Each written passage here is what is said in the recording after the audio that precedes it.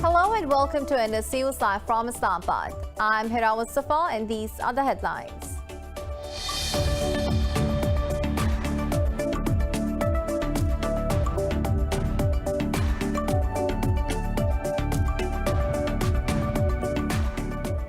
At least 25 Palestinians, including 9 children, have been killed as Israel continues bombing the besieged Gaza Strip. The Palestinian Health Ministry says 105 others have been injured in the missile attacks. In Jerusalem, the occupation forces have again attacked worshippers at the Al-AQSA mosque compound. Meanwhile, protesters have started against the Israel aggression in different parts of the world.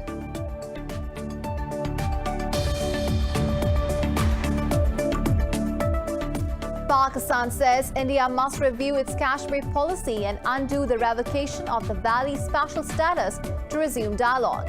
Addressing a press conference in Islamabad, Foreign Minister Shah Mahmood Qureshi said the Kashmir dispute is at the agenda of UN and cannot be India's internal matter. He said Pakistan will welcome Saudi Arabia or others as a facilitator, but it is India that shies away from third-party mediation.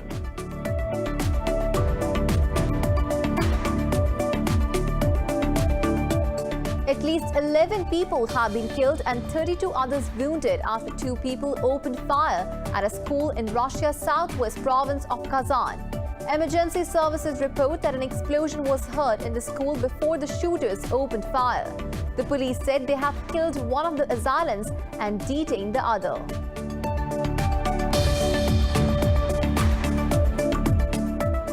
India has reported nearly 3,900 deaths from COVID-19 and almost 330,000 new infections overnight.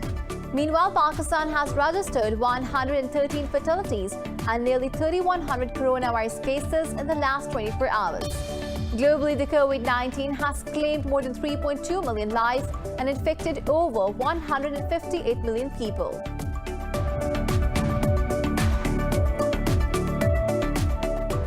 And in tennis, Italy's Lorenzo Musetti and Croatia's Marin Cilic have advanced into the second round of the Italian Open.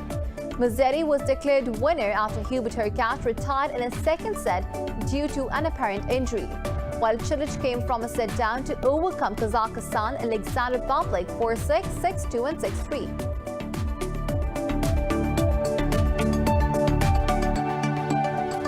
Well, those were the headlines. News in detail coming after the short break. Stay with us.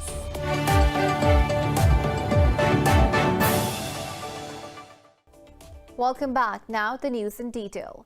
Israel has continued bombing the besieged Gaza Strip after killing at least 24 Palestinians overnight. The Palestinian Health Ministry says 9 children were among those killed, while 105 have been injured in the attacks. More in this report.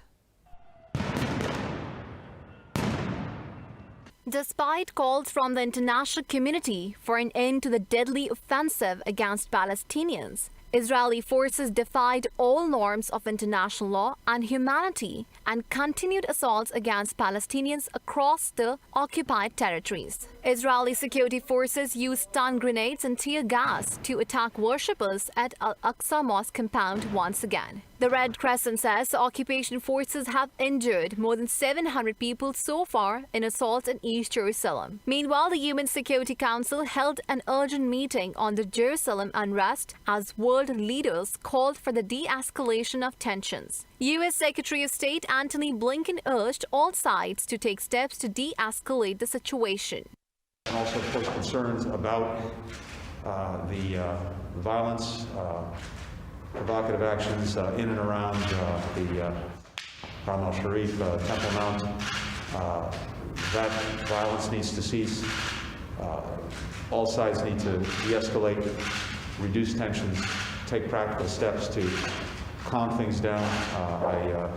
Meanwhile, European Union's chief, Joseph Borrell, has called for calm and reiterated support for two-state solution of Israel-Palestine conflict. The League of Arab States also held an urgent session of Arab foreign ministers at the request of Palestine, which was supported by a number of Arab countries. Thousands of Turks rallied outside Israeli embassy in Ankara to protest the Israeli violence.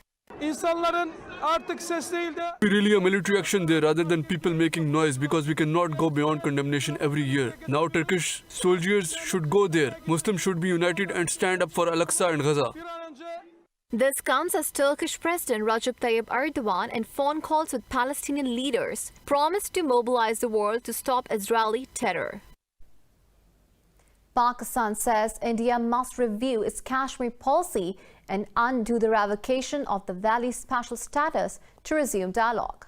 Foreign Minister Shah Mahmood Qureshi said the Kashmir dispute is at the agenda of UN and cannot be India's internal matter. At a press conference, Qureshi said Pakistan will welcome Saudi Arabia or others as a facilitator. But he said it is India that shies away from third-party mediation. The foreign minister also confirmed that there are no formal talks at the moment with India. Qureshi said there is no ambiguity in Pakistan's stance on Kashmir. He added Islamabad will continue highlighting the plight of Kashmiris at all international fora. Meanwhile, he strongly condemned the Israeli violence against unarmed Palestinians.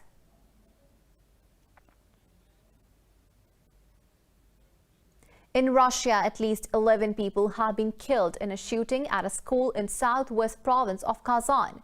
Emergency services said some 32 others were wounded after 2 people opened fire. They reported that an explosion was heard in the school before the shooters opened fire. The police said they have killed one of the assailants and detained the other. They said the motive still remains unclear. Kazan is the capital of the Muslim-majority region of Tatarstan and is located around 725 kilometers east of Moscow. The U.S. says its Coast Guard ship fired around 30 warning shots after 13 Iranian vessels came close to American Navy ships in the Strait of Hormuz. This is the second time within a month that U.S. military ships fired warning shots to turn away Iranian vessels in the strait. Talking to reporters, Pentagon spokesperson John Kirby said the 6 U.S. military vessels were escorting the guided missile submarine Georgia. Kirby said the Iranian vessels left after the warning shots. He said the U.S. response to what he called Iranian harassment was appropriate for the situation. Kirby added such activities could lead to a real miscalculation and does not serve anybody's interest. The European Union says negotiations in Vienna between world powers and Iran are moving into an important stage. In a press briefing, EU's chief Joseph Borrell said the next few weeks will be critical to save the 2015 nuclear deal. Borrell made the remarks in Brussels following a meeting of EU foreign ministers.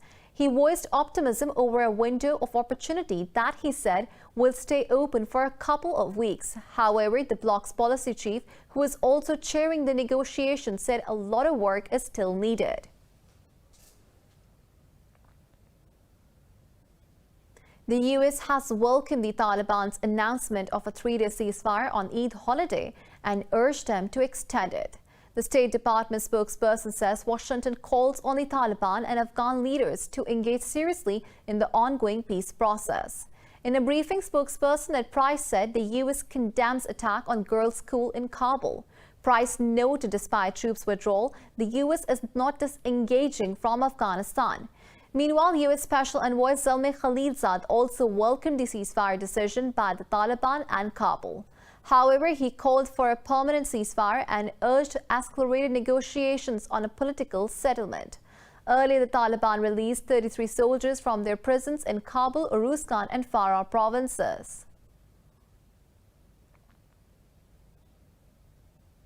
India has reported nearly 3,900 deaths from COVID-19 and almost 330,000 new infections overnight.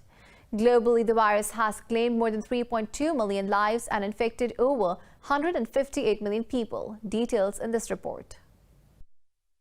As the coronavirus outbreak spreads into India's vast rural hinterland, dozens of bodies of people believed to have died from COVID-19 have washed up on the banks of the Ganges River. Outside the crematoriums, ambulances carrying bodies lined up as the country continues to struggle with overflowing hospitals and morgues. Doctors in India are warning against the practice of using cow dung in the belief it will ward off COVID-19. The government is under increasing pressure to impose a nationwide lockdown. However, the blanket curbs are increasing the vows of migrant workers. The Philippines and Argentina have each detected their first 2 cases of a coronavirus variant first identified in India. I did financial work at a private company, but the current pandemic situation and lockdown forced the company to shut down. So we have no choice but to go back home in the rural area. We'll feel safe there because the situation in New Delhi is really bad, and that's the main reason for us to go back. Kuwait has announced to bar entry for travelers from Bangladesh, Pakistan, Nepal and Sri Lanka until further notice. As the continent's inoculation drive reaches a third of adults and COVID-19 infections ease, Europe is starting to reopen cities. England has recorded 0 daily COVID-19 deaths for the first time since July. British Prime Minister Boris Johnson set out the next phase of easing the lockdown. But with deaths and hospitalisations at their lowest level since last July, the UK's 4 chief medical officers today agreeing a reduction in the alert level, the data now support moving to step 3 in England from next Monday, the 17th of May. The US has authorized Pfizer's COVID-19 vaccine for use in children as young as 12. In Canada, more people are lining up for shots after Alberta opened up vaccines to everyone 12 years old and older. Meanwhile, the World Trade Organization chief hoped that by December, the body's members will have reached a pragmatic solution over whether to waive COVID-19 vaccine patents. In Pakistan, 113 more people have died from COVID-19 in the past 24 hours. The Health Ministry says the death toll has reached 19,106. It said over 3,000 people tested positive for the virus overnight. The ministry has so far reported over 864,000 infections and more than 766,000 recoveries. Health officials say the number of active cases is approaching 79,000. Over 4,800 of them are in critical condition. Saudi Arabia says a drone strike by the Yemen's Houthis on a border village in southern Jazan city caused damage to a house and cars. However, the Saudi Civil Defense said no injuries have been reported. Earlier, Saudi-led coalition in Yemen said it intercepted an explosive-laden boat south of the Red Sea. Coalition also said it destroyed an explosive drone that was fired at Abbas airport. But the Houthis claimed they had hit an important target at the airport. Houthis have escalated regular cross-border attacks on Saudi Arabia. Pro-democracy activists are holding protests across Myanmar to mark the 100th day since the military coup. In Yangon, people held a flash mob-style protest against the military rule. According to an activist group, the security forces have killed at least 281 civilians, including 52 children, in the crackdown and dissent so far. Meanwhile, Thailand police have arrested 3 Burmese journalists and 2 activists who fled the military ban. Police said they have been booked for illegal entry and face possible deportation. The Reporters News organization has urged the Thai authorities not to deport them due to serious danger.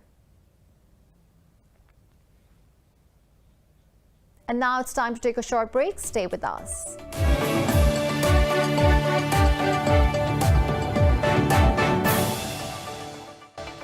Welcome back. U.S. President Joe Biden says there is no evidence so far that Russia was involved in the Colonial Pipeline ransomware attack. Talking to reporters, U.S. President said there is, however, evidence that the ransomware is in Russia. Biden said that is why Moscow has some responsibility to deal with the attack. Meanwhile, the Federal Bureau of Investigation confirmed that the dark side ransomware forced the shutdown of the pipeline. Earlier, Colonial said it was moving towards a partial opening of its 8,850 kilometers of pipeline. On Friday, hackers locked down the company's IT systems, apparently demanding a significant amount of money in ransom.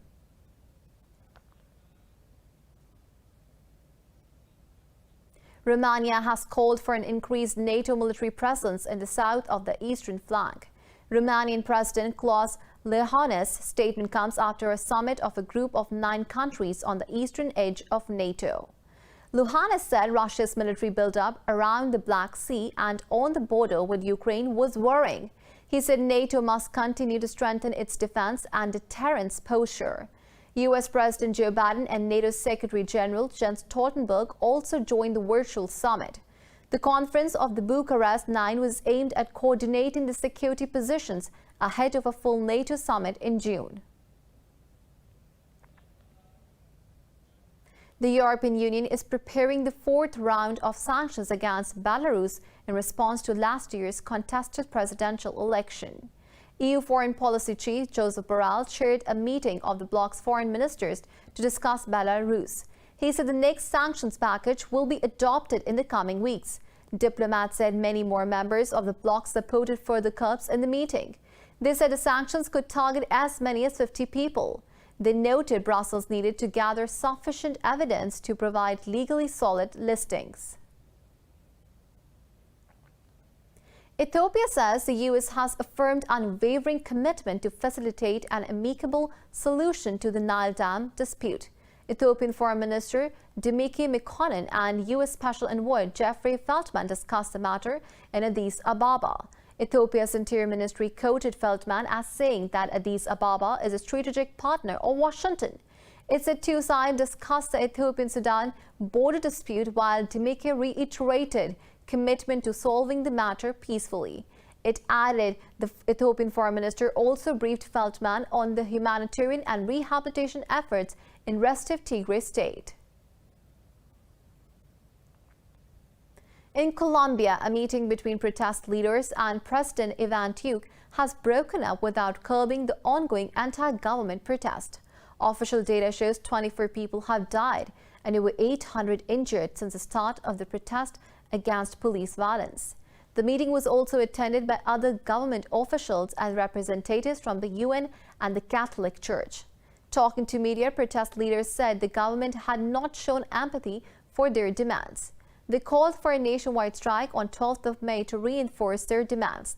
The government terms the talks exploratory and says it wants to reach an agreement with protesters.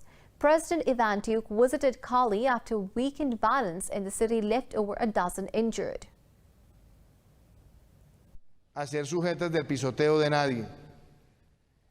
No one can trample on the Constitution or the law. Our responsibility is not to act with brutality but to act within the framework of all competencies and strict adherence to the protection of human rights, so that the city has all the guarantees and to avoid confrontations between citizens, or what is even worse, citizens who try to take control by their own hands. China has called for deepening cooperation under the framework of Belt and Road Initiative to boost global economic recovery. Foreign Minister Wang Yi made these remarks while virtually attending the opening ceremony of the 5th Silk Road International Exposition in Xi'an.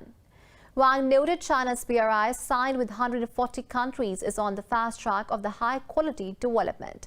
He said the project is becoming a model that restores economic activities and unlocks development potentials.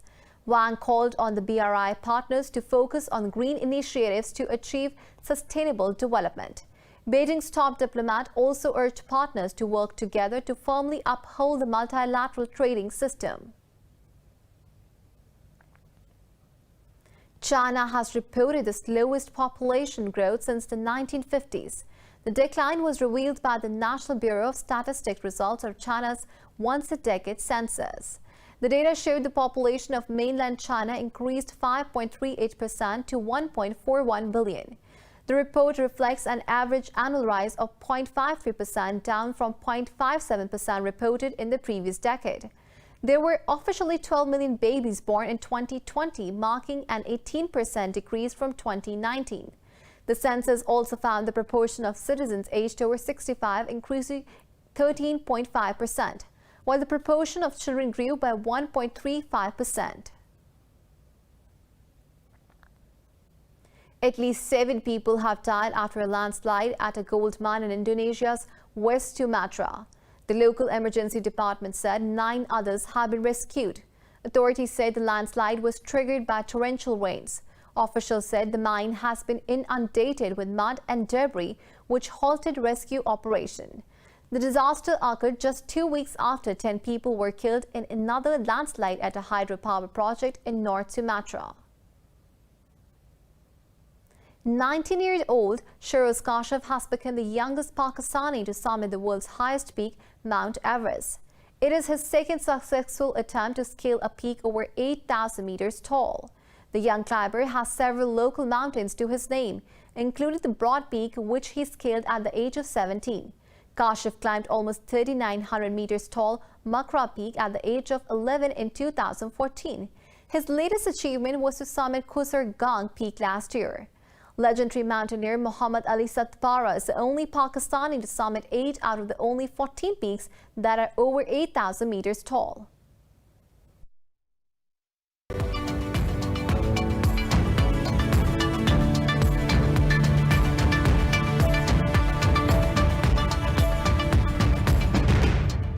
European markets have dropped sharply following a sell-off in U.S. tech stocks at the start of the week.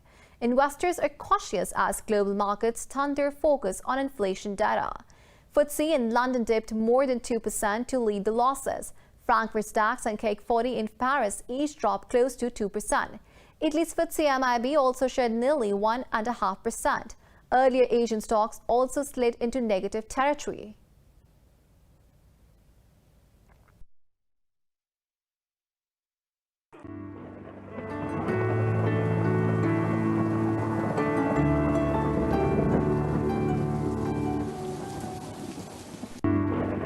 Now it's time to have a look at the weather update across the globe.